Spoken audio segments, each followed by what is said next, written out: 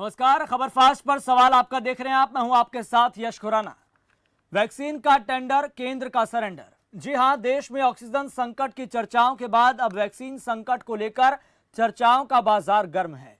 संकट काल में मंत्री से संतरी ये कहते हुए नजर आए, कोरोना से लड़ाई एकजुट होकर लड़नी है। लेकिन जब बात अपने पर आई तो सब भूल गए। इस आपाधापी और मारामारी में राज्य सरकारें बनाम केंद्र होने लगा, और खास तौर पर वहां पर जहां बीजेपी की सरकारें नहीं हैं। सुप्रीम कोर्ट से लेकर दिल्ली हाई कोर्ट तक कई दफा सख्त लहजे में केंद्र सरकार को फटकार लगा चुके हैं। लेकिन आज भी हकीकत यह है, वैक्सीन की उपलब्धता को लेकर संकट जस का तस दिखाई दे रहा है। ये कई राज्यों में इस तरह की स्थिति बनी हुई है। आपको याद होगा, कुछ दिन पहले सुप्रीम कोर्ट ने केंद्र से वैक्सीनेशन पॉलिसी को लेकर दोबारा विचार करने को कहा था, जिसके संबंध में केंद्र ने भी अपना जवाब दाखिल कर कहा था वैक्सीन पॉलिसी न्याय संगत है और इसमें उच्चतम न्यायालय के दखल की कोई जरूरत नहीं है। केंद्र सरकार ने भरोसा दिलाते हुए कहा था, जो नीति बनाई गई है वो संविधान के अनुच्छेद 14 और अनुच्छेद 21 के जनादेश के अनुरूप ही है। काफी विचार विमर्श के बाद वैक्सीन की पॉलिसी तैयार की गई है। तो वहीं कोर्ट ने कहा था, पहली नजर में ऐसा लगता है कि इससे संविधान के आर्टिकल 21 के तहत सार्वजनिक स्वास्थ्य के अधिकार को क्षति पहुंचती है। लेकिन सवाल है, क्या सुप्रीम कोर्ट और कई कोर्ट के दखल के बाद सरकारें अपनी व्यवस्थाओं को लेकर गंभीर हैं या नहीं? कुछ सुधरा या फिर नहीं सुधरा? फिलहाल कई राज्य ऐसे हैं जहां कोरोना वैक्सीन का संकट देखा जा रहा है। समय समय पर कई राज्य सरकारों ने अपने हाथ खड़े करते हुए कह दिया था, हमारे पास टीके नहीं है, हम वैक्सीनेशन सेंटर बंद कर रहे हैं। ठीक इसी तरह से वीरवार को दिल्ली के उप मुख्यमंत्री ने सीधे तौर पर कह दिया कि केंद्र ने दिल्ली को वैक्सीन देने से इनकार कर दिया है, इसलिए हमें मजबूरन 17 स्कूलों में 100 से ज्यादा कोवैक्सीन सेंटर बंद करने पड़ रहे हैं। राज्य सरकारें मजबूर हैं। ठीक इसी तरह का हाल देश के अलग अलग राज्यों में देखने को मिल रहा है। इसलिए आज ये स्थिति खड़ी हो गई है, राज्य सरकारें वैक्सीन को लेकर ग्लोबल टेंडर निकाल रही हैं, क्योंकि देश में व्यवस्था नहीं बन पा रही है। सही मैनेजमेंट और वैक्सीन के उचित उत्पादन की कमी देखी जा रही है। इसलिए हम कह रहे हैं, वैक्सीन का टेंडर, केंद्र का सरेंडर। आज के इस विषय को लेकर हमारे कुछ सवाल हैं। पहले सवाल दिखाते, सवाल आपकी टीवी स्क्रीन पर, उसके बाद आप चर्चा करेंगे। उसके बाद सवाल आपकी टीवी स्क्रीन पर है, ऑक्सीजन के बाद जो मैनेजमेंट होना चाहिए था वैक्सीन का, क्या उसमें सरकार फेल हो गई है? दूसरा सवाल, केंद्र ने आपदा काल में राज्यों को क्या अकेला छोड़ दिया है? यह भी आज के परिदृश्य में एक बड़ा सवाल बनकर सामने आ रहा है।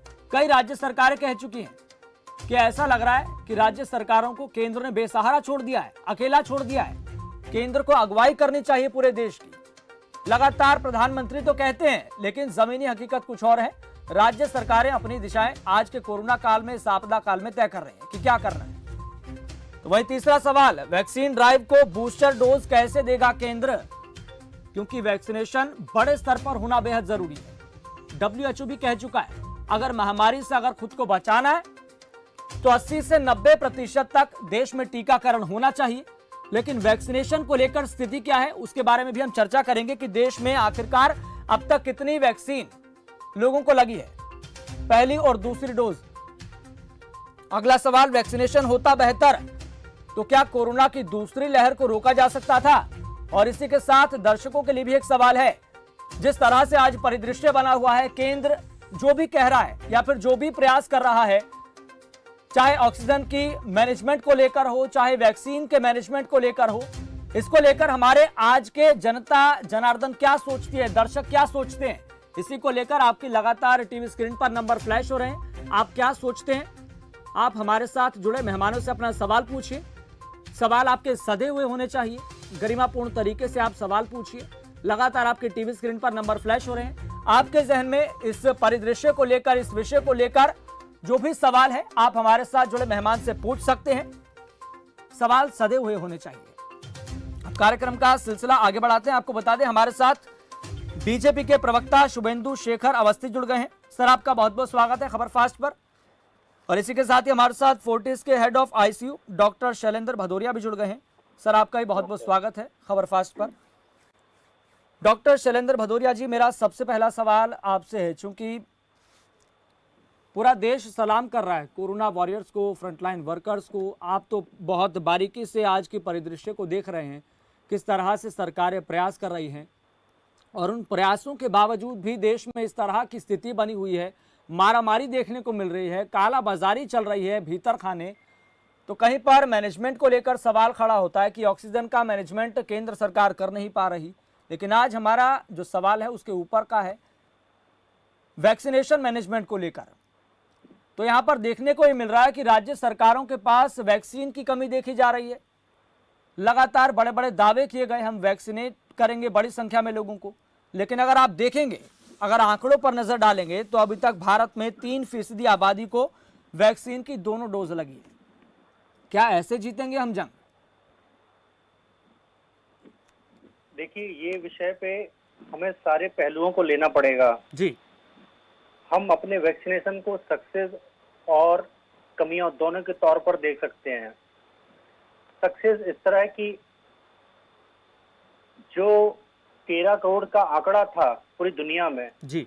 वो सबसे पहले सबसे कम टाइम पे हमारे देश ने अचीव किया, मेरे ख्याल से 65 या 66 दिन के अंदर जी। तो वो एक अचीवमेंट है, क्योंकि वैक्सीन बनाना सिर्फ इतना आसान नहीं होता और वैक्सीन लगाना भी इतना आसान नहीं होता है।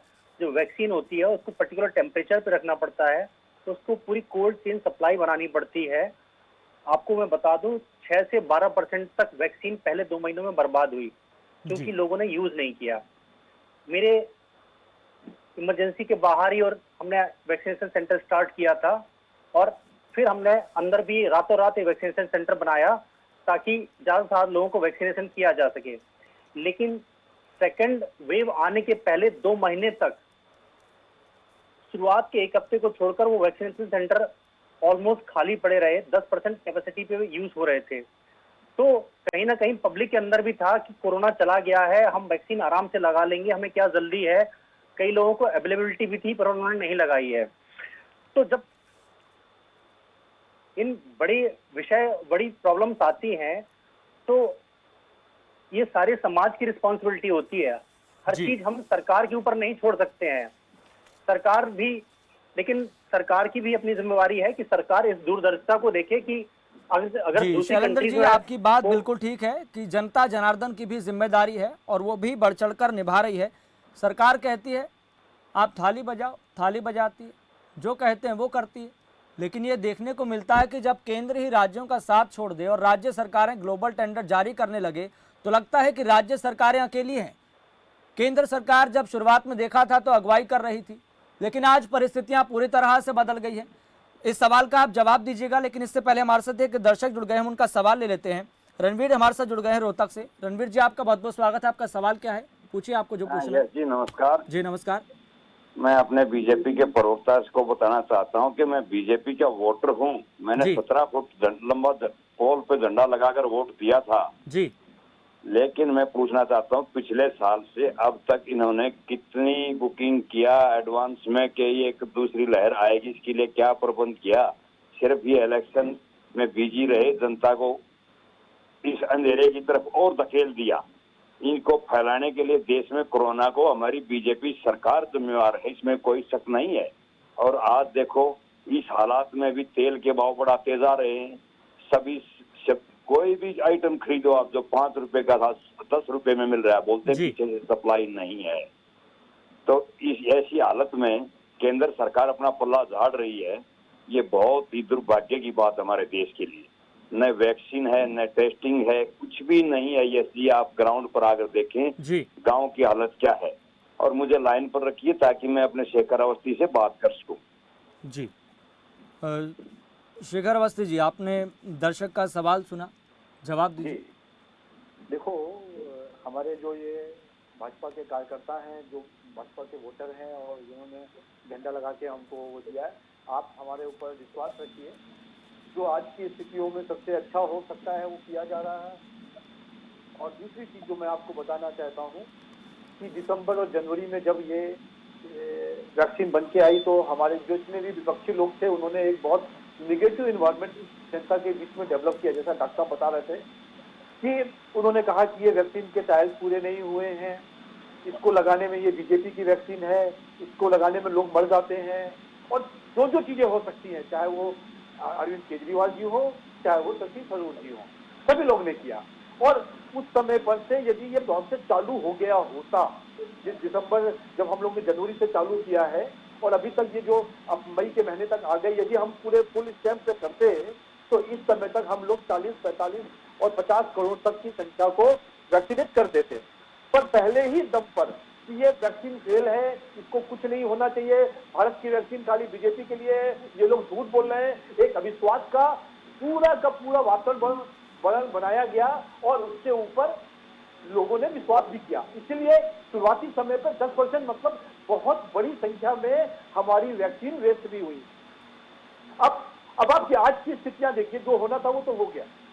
अब आज की स्थितियां देखिए, जिस तरीके से हम लोग पहले 60 साल की उम्र तक के लिए कर रहे थे, फिर 45 साल के लिए उम्र के लिए कर रहे थे, फिर 18 के लिए जब आने वाले थे, उससे पहले सभी विपक्षी लोगों ने चिल्लाना चालू किया कि हमारे 18 साल के लोगों को बड़ी दिक्कत हो रही है, पहले इनको वैक्सीनेट कराओ, पहले इनको वैक्सीनेट कराओ। क्या उनको ये नहीं मालूम था कि भारत तो वैक्सीन बन रही है, जो सीरम बना रहा है वो 6.5 करोड़ पर मंथ और जो बायोटेक बना रही है वो लगभग 1 करोड़ से ज्यादा नहीं बना सकती, तो सब मिला के 7.5 करोड़। उसके बाद भी जब ये अचानक दूसरी वेव आई, जो हमको और आपको किसी को भी आइडिया नहीं था कि इतनी जल्दी आ जाएगी, तो हमने भी अपने प्रोडक्शन को बढ़ाने की कोशिश करी। जब प्रोडक्शन को बढ़ाने की कोशिश करी तो हम कितना भी प्रोडक्शन, शुभेंदु जी, जो आप ये जो दावा कर रहे हैं कि किसी को नहीं पता था कि दूसरी लहर आ जाएगी, वैज्ञानिक लगातार आगाह कर रहे थे कि महामारी की दूसरी वेव आएगी, तीसरी वेव भी, अब इसको लेकर सरकार ने चेतावनी दे दी है। क्या बात कर रहे हैं आप? आपको पहले तैयारी करनी चाहिए थी। कि आने वाले, लेकिन हमारी बिल्कुल सरकार फेल रही है इस चीज में, मार्च में आ सकती है।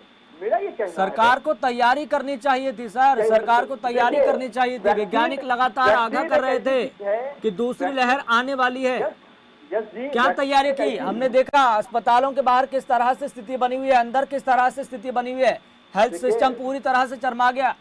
सुप्रीम कोर्ट ने तक ये कह दिया। देखिए, ये स्टेट गवर्नमेंट की बात है। आज भी जिन सब्जेक्ट के ऊपर आप बात कर रहे हो कि ऑक्सीजन नहीं थी, आज भी जो दिल्ली की सरकारों ने एक्स्ट्रा ऑक्सीजन मंगाया, उनको रखने की जगह नहीं है। अब वैक्सीन की बात कर रहे हैं। केवल और केवल विपक्ष पार्टियां इस समय पर, जब पूरा देश उलझा हुआ है, वो एक राजनीति करना चाहती हैं। और इस समय पर आपको मैंने बताया कि पूरे देश के अंदर यदि वैक्सीनेशन का पूरा प्रोसेस किया जाए तो ये दिसंबर तक वैक्सीनेशन पूरा होगा। लगभग 300 करोड़ 296 करोड़ वैक्सीनेशन की बात कर रहे हैं WHO से, और हमारे मोदी जी सब लोग बात कर रहे हैं।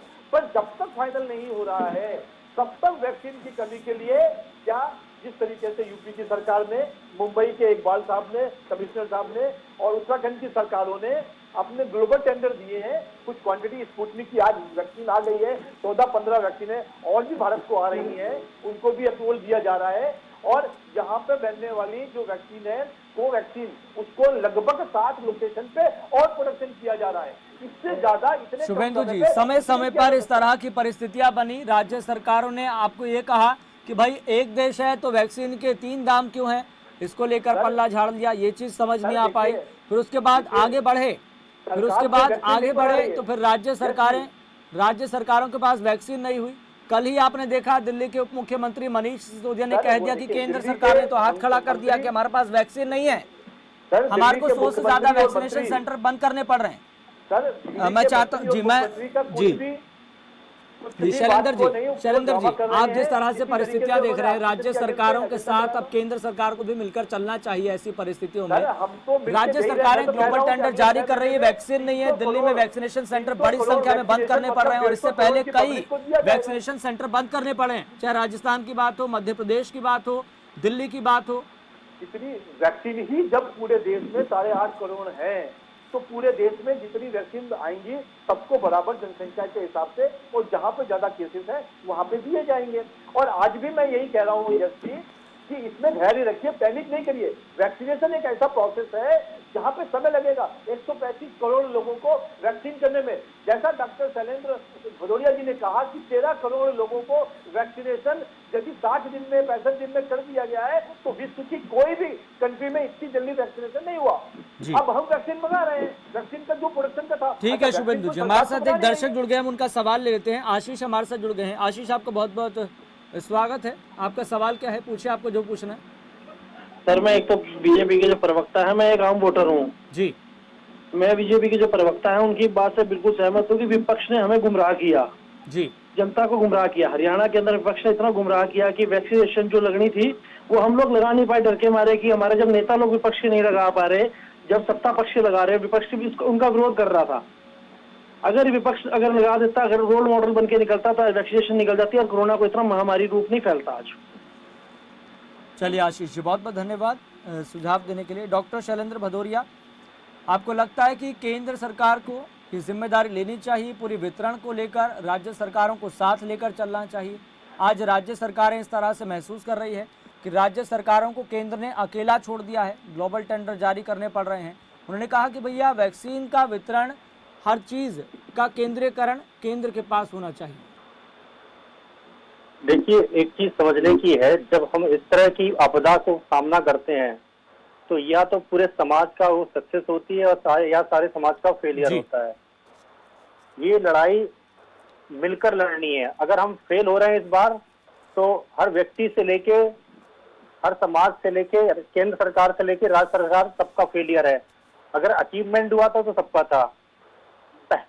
लेकिन एक बात यहाँ पे जो राज्य सरकार वाली है कि जब दूसरा लॉकडाउन हुआ था, पहले लॉकडाउन के बाद जो दूसरे लॉकडाउन में प्रधानमंत्री और सरकारों की बैठक हुई थी, उसके बाद से ये स्ट्रेटजी रही है कि जो रिस्पॉन्सिबिलिटी होगी लॉकडाउन और बाकी चीजों की, वो धीरे धीरे केंद्र से राज्य के ऊपर शिफ्ट होगी। अगर ये एक साल पुरानी बात होती कि जब नया कोरोना आया था तो मैं मान सकता हूँ, क्योंकि राज्य सरकारों के पास टाइम नहीं था।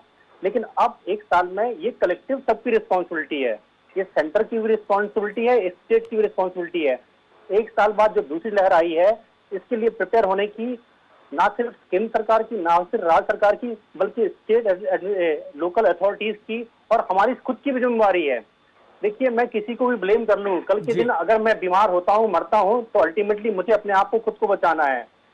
लोगों ने, मैं बाजारों में जाने में, पब्लिक प्लेस में जाने में, शादियों में जाने में, धार्मिक अवसरों पे जाने पे लोगों ने जो प्रिकॉशन नहीं रहे हैं, किसी ने आपसे बोला तो नहीं है।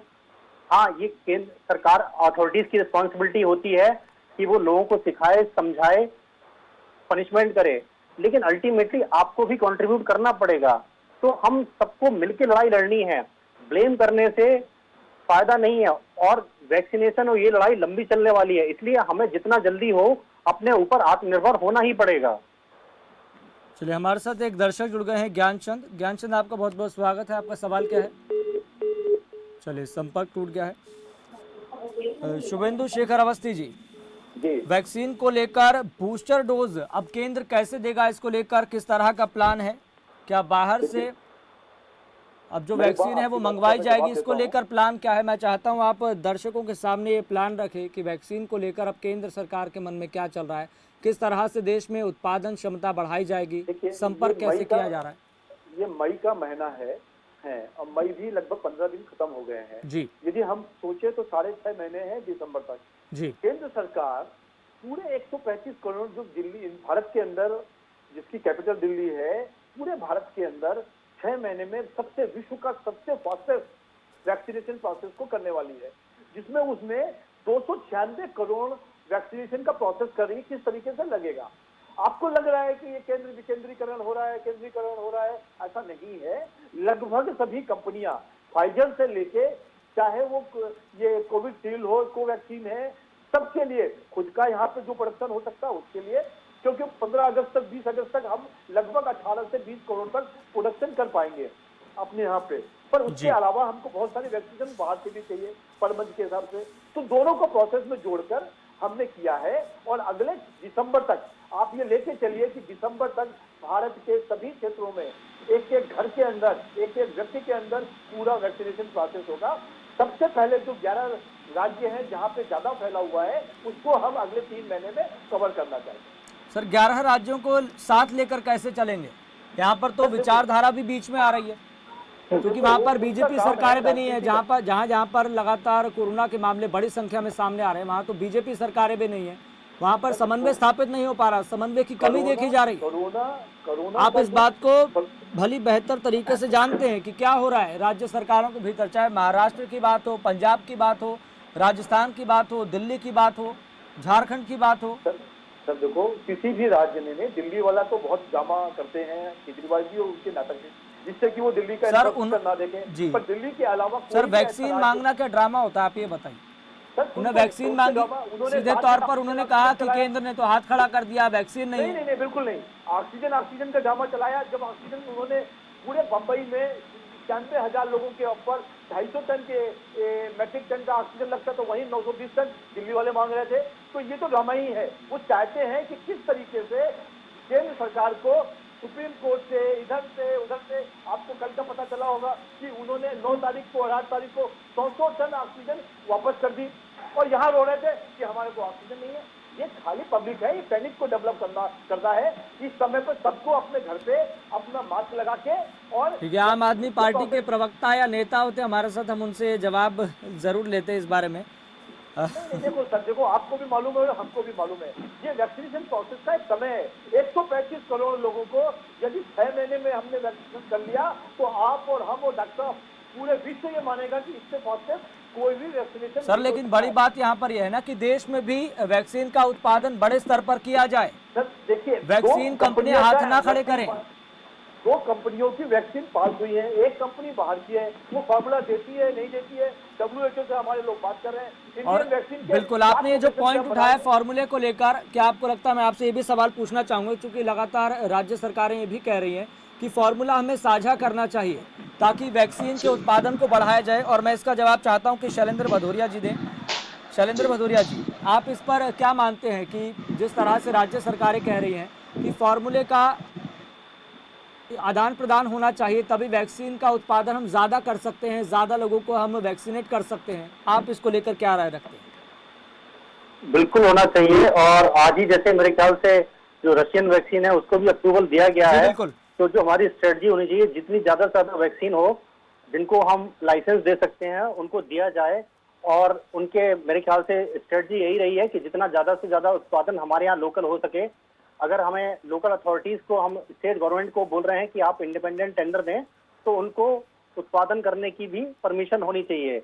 यही तरीका है, इससे आसान तो कोई तरीका नहीं है कि जितनी ज्यादा वैक्सीन हमारे पास हो, जितने सारे ऑप्शंस अवेलेबल हों, क्योंकि सबकी बनाने की कैपेसिटी भी लिमिटेड है। क्योंकि वैक्सीन अकेले में जो रॉ मटेरियल्स आता है उसके लिए भी हमने किसी तरह से अभी अमेरिका को तैयार किया होता है, तो उनके रॉ मटेरियल पे भी कई चाइना पे डिपेंडेंट है। तो हमें यदि डिपेंडेंसी कम से कम करके, और जितना ज्यादा होगा अपने ऊपर आत्मनिर्भर होके, हमें उस दिशा में आगे बढ़ना पड़ेगा। जी शैलेंद्र जी, क्या आपको लगता है कि अगर देश में वैक्सीनेशन को ज्यादा रफ्तार से किया जाता, जितनी आज संख्या है उसके 2 गुना हो गई होती, तो क्या दूसरी लहर को रोका जा सकता था? आप इसको लेकर क्या राय रखते हैं? अगर वैक्सीनेशन और तेजी से होता, ज्यादा लोग पार्टिसिपेट करते, तो लहर कम हो जाती। खत्म तो नहीं बोल सकता मैं, क्योंकि जिस हिसाब से जितनी बड़ी हमारी जनसंख्या जी अभी 3 महीने पहले ही आई है, हाँ, लेकिन ज्यादा से ज्यादा लोग वैक्सीन कर लेते तो लहर की जो इंटेंसिटी होती वो कम हो जाती।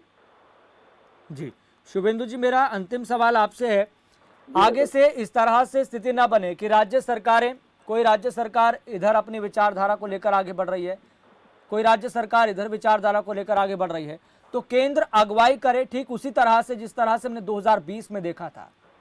तो इसको लेकर समन्वय स्थापित करने को लेकर कि राज्य सरकारों में अलग अलग तरह के कोई सवाल पैदा ना हो कि हमें राज्य सरकारों को अकेला छोड़ दिया है, केंद्र को अगुवाई करनी चाहिए, और इसको लेकर भी आप संक्षिप्त में जवाब दीजिए कि आखिर वैक्सीन की खरीद केंद्र क्यों नहीं कर रहा है, केंद्र राज्यों को दे, इस तरह से भी किया जा सकता है।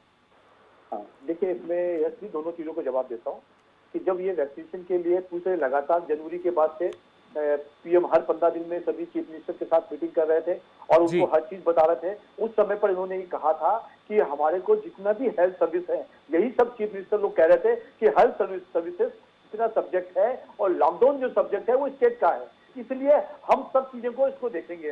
पहला पॉइंट।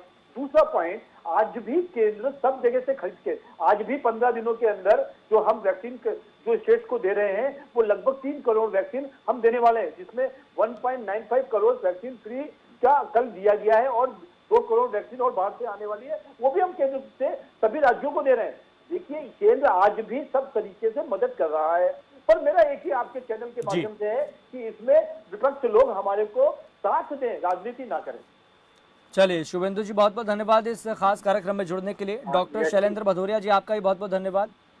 माफ़ी चाहूँगा मैं आपसे, चूंकि समय बेहद कम है। बहुत बहुत धन्यवाद शैलेंद्र जी, आपका भी बहुत बहुत जुड़ने के लिए।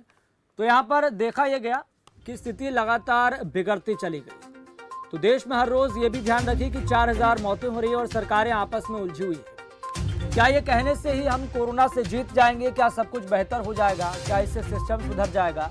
इसलिए कोरोना को हराना है तो दलगत राजनीति से ऊपर उठकर सभी राजनीतिक दलों को सोचना होगा। आखिर देश की जनता का पैसा है, देश के करदाताओं का पैसा है, देश के नागरिक पर खर्च नहीं होगा तो कहां होगा? लेकिन इसके लिए एकजुट होने और नेशनल पॉलिसी बनाने की जरूरत है।